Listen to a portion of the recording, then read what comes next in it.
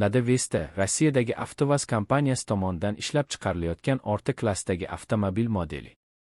U 2015 yilda keng jamoatchilikka taqdim etilgan va shu kundan boshlab turli versiyalari, sedan, universal, SUV, shuningdek tros va yo'lak uchlari bilan biroz balandroq karoshalar shaklida ishlab chiqilgan.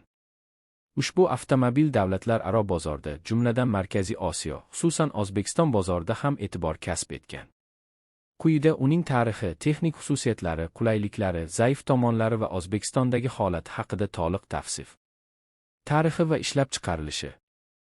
Lada Vesta loyihasi Avtovaz tomonidan eski modellardan farq qiluvchi zamonaviy dizayn, yaxshilangan texnik yechimlar va tashqi ko'rinishda yangilangan arxitekturaga ega avtomobil yaratish maqsadida boshlangan. Priora modeli o'rnini egallashi uchun mo'ljallangan. 2014 yil kuzida Moskva xalqaro avtosalonida ommaga namoyish etilgan. 2015 yil 25 sentyabrda Izhevsk zavodida serial ishlab chiqarishga tushirilgan. Vesta S va Sutros versiyalari universal karosha, so'ngra ishlab chiqilgan. Shuningdek, Vesta Tros nomi ostida sedan Tros versiyasi ham taklif etilgan. Versions va karoshalar. Sedan eng asosiy versiyasi, klassik ko'rinishga ega, 4 eshikli, 5 o'tirgichli. Vesta S Tros universal karosha, orqa o'rindiqlari yotqizilganda yuk hajmi ortadi. Tashqi himoya elementlari, plastik panellar, stil elementlari bilan Tros varianti biroz sportivroq ko'rinadi va yerda yurgan chiziq va balandlik jihatidan biroz kuchaytirilgan. Vesta Tros sedan Tros versiyasi, yo'l sharoiti og'irroq joylari mo'ljallangan, balandroq suspensiya, katta shinalar, tashqi elementlar bilan stillashgan.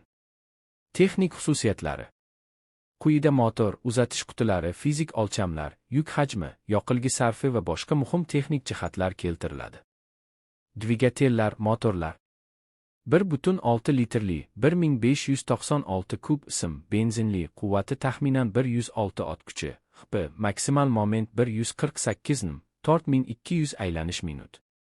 1,8 litrli 1774 kub sim benzinli, quvvati taxminan 122 HP, maksimal moment 170 Nm, 3700 Rpm. Dvigatellar odatda Euro 5 standartlariga mos keladi. Uzatish qutilari. Mexanik, manual 5 pogonali. Avtomatik yoki yarim avtomatik, robot ba'zi versiyalarda taklif etiladi. Performans va yoqilg'i sarfi. 1,8 litrli avtomatik varianti, 100 km/s tezlikni bosib o'tishi taxminan 12,1 soniya. Maksimal tezligi 1,8 litrli versiyada taxminan 186-188 km/s atrofida. Yoqilg'i sarfi. Urban sharoitda taxminan 9-100 km. Aralash tombinet taxminan 7-7,5-100 km. Yo'l tashqarisida extraurban versiyaga qarab kamroq 5-6-100 kmgacha bo'lishi mumkin. O'lchamlari, og'irligi va yuk hajmi. Umumiy uzunligi sedan varianti uchun taxminan 4440 mm, Tros variantida biroz uzunroq bo'lishi mumkin. 4445 mm, depending on karosha. Ken